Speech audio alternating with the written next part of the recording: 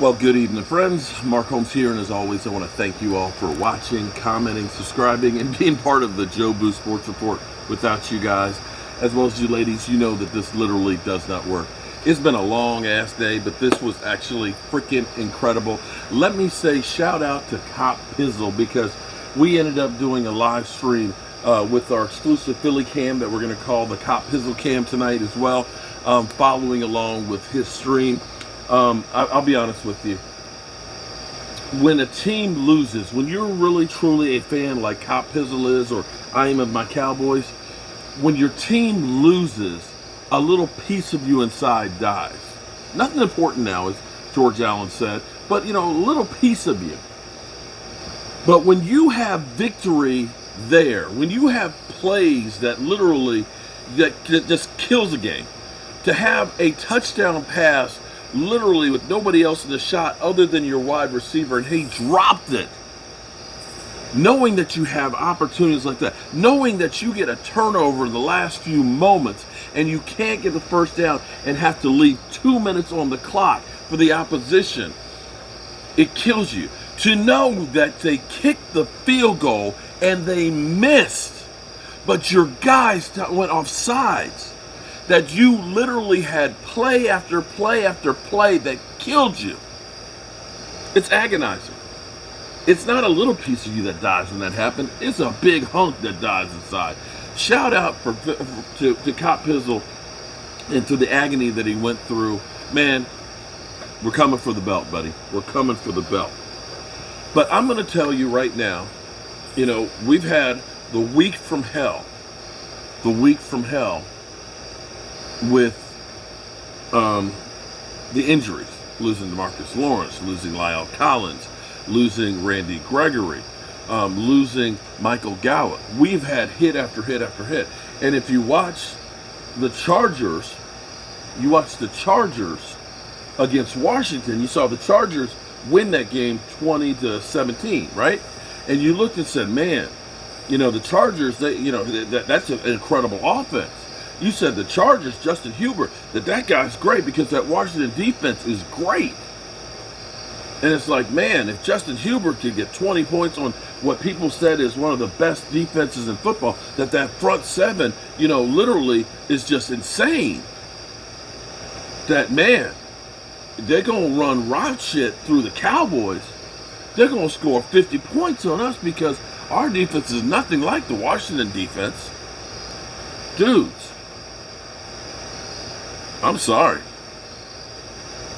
If we talk about overrated teams or things, you got to look at that Washington defense. Now, we talking about Danny Dimes.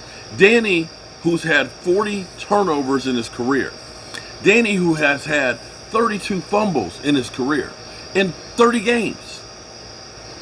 They didn't get a single turnover from the Giants. The Giants. Daniel Jones ran for like 85 yards. Even Barkley on one leg got 50. He averaged 5 yards a carry.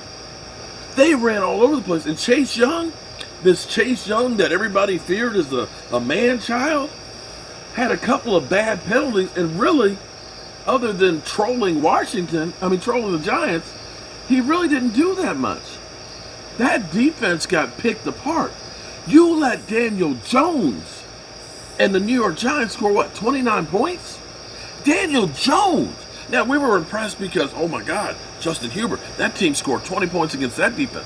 Looking at Daniel Jones and those guys scored 29, are you kidding me? You got to look at this and say, yo, Washington defense is way overrated, which means if you're a Cowboy fan, you don't put as much fear in the Chargers that you did before this game. You thought that defensive Washington was the bomb diggity, that you can't do anything against those guys, that those guys are so good that, man, Justin Herbert, they got 20 points. But what we realize is Washington's not a good team. Now shout out to you, Washington. Shout out to you. And I told you guys that I fear Tyler Heinicke more than I did Ryan Fitzpatrick. Dude had over 300 yards, a couple of touchdown passes. And if it weren't for that one interception, it would have been one hell of a night. That boy is good. The defense, though, is not as good as people thought. So I think what you're looking for at is a typical NFC East team. Not great. Not great by a long shot. So I feel a little bit better, but understand that anybody can beat you in the NFL on any given Sunday. But I don't fear the Chargers quite as much as I did. The fact that the Giants did what they did offensively says maybe the Chargers aren't anything special on offense. Maybe. Could it be? I don't know. I know it's late, but shout out to everybody who came in our live stream tonight. We had some fun. Like I said, Kyle Pizzle, buddy, I feel for you, man. I feel for that. That's how I felt with the Tampa Bay game, where we had done so many things to put us in a position to win, but stupid shit cost us game. But everybody, if you enjoyed our live stream that we did tonight, definitely plan on spending your Sunday here. We're going to start at 12:45, and we'll be live streaming the Eagles game first, right into the Cowboys game, and hopefully having a ball. Hopefully our Cowboys get a victory. Hopefully the Eagles get a loss. And tomorrow night, 9 o'clock Eastern, we'll be here, of course, for our regular live stream. And with that being said, it's late, and I am going to go carry my happy ass to bed. I appreciate each and every one of y'all, and as soon as the live stream is ingested by the YouTube, I will be putting up the last minute of the game, where literally I'm like, oh, wow. Oh, shout out to Stuart Morrison. Stuart Morrison put me in a football pool. And the crazy thing was, had Washington not made the field goal, Rashid would have won 200. Because they made the field goal, I won 200. So it was a great mother humping night. All right. Shout out to you, Stuart, and everybody who's here supporting the channel. I appreciate y'all.